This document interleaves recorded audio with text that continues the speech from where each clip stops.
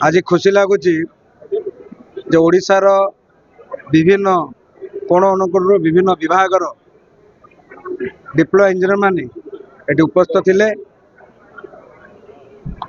Odisha diploma engineering संघ तरफ 80तम वार्षिक सम्मेलन अनुष्ठित होता। एथिरे सेमानकर समस्या कथा मध्य आलोचना करागला एवं देशर यशस्वी प्रधानमंत्री श्री नरेंद्र मोदी जी जो विकसित भारत एवं लोकप्रिय मुख्यमंत्री श्री मोहन चरण माझी जो समृद्ध ओडिशार परिकल्पना कराइतिला ताहा केवल संभव यही डिप्लोमा इंजीनियर जो माने विभिन्न विभाग में निजक नियोजित करचंती। कहीं धर्मपद जमिति कोणार्कर मुंडी मारी ठीक से परिका ये विकास धारा को जदि आग के नहीं पारिबो ताहले इंजीनियर माने ही नहीं पारिबे। याको आम आज सुनिश्चित कलु एवं खुशी भी लगुच आज ओडिशार परिवेश को सुरक्षित करने से माने 10 वर्ष रे 10 लाख गछ लगेबे जहाँकि निश्चित रूपे परिवेश सुरक्षा रे कामेरा आसीबो। ता सहित सेमानकर विभिन्न प्रकार समस्या थिला से कथा को सरकार ग्रहण करचंती। कहीं तल स्तर विकास को जी कांधर नहीं आग को बढ़ुची एवं विकास धारा बढ़ाइबारे जे सहायक होची तार जदि पेटरे दाना नथिबो तार जदि समस्या थिबो निश्चित कोट ना कोठी से समस्यार समाधान करिबारे सहायक हो पारिबो नहीं। से कथा को मध्य मंत्री महोदय ग्रहण कले एवं सेमानकर जो दाबी थिला निश्चित भाव आम दुई विधायक एवं मंत्री महोदय मध्य सरकार पाखे रखिबे एवं किछि किछि जो दाबी पूरण मध्य हेबाकु जाउची मंत्री महोदय सेटा प्रकाश मध्य कले। तेणु आशा रखुचु जो आशा भरोसा नहीं ये 10,000 इंजीनियर एकाठी होती निश्चित भाव देश सेवा सहित सेमानकर जो दाबी अच्छी ताहा मध्य पूरण हम। धन्यवाद। डिप्लोमा इंजीनियर सर्विस एसोसिएशन आज आमर 80तम वार्षिक सम्मेलन थिला।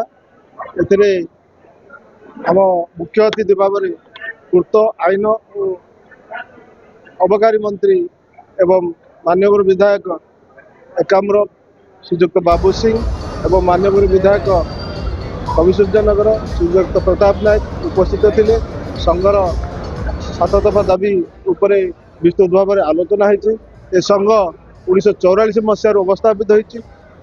संघरे राज्यर समस्त विभाग इंजीनियरिंग विभाग 11,284 जन इंजीनियर कार्यरत सेमानकर दाबी विषय विस्तृत भाव में आलोचना होती। राज्य सरकार 2036 मसीहा सुधा ओडिशा को विकसित ओडिशा करने संकल्प नहीं।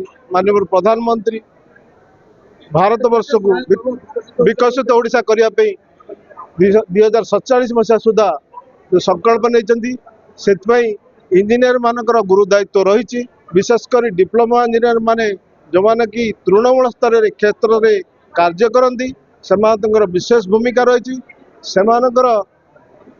बिना यही विकसित संभवपर बिल्कुल नुहे। इंफ्रास्ट्रक्चर जदि विकसित हो पारनी ताले ओडिशा विकसित हो पारनी कि देश भी विकसित हो पारनी।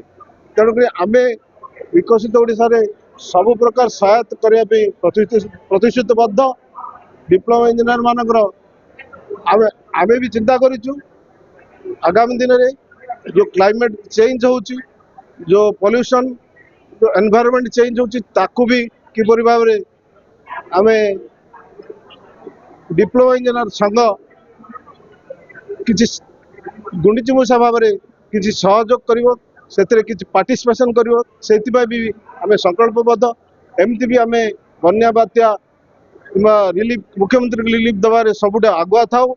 एवं आम निष्पत्ति करूँ आगामी दिन में 10 वर्ष भितर 10 लाख गछ वृक्षरोपण करूँ सारा ओडिशा रे।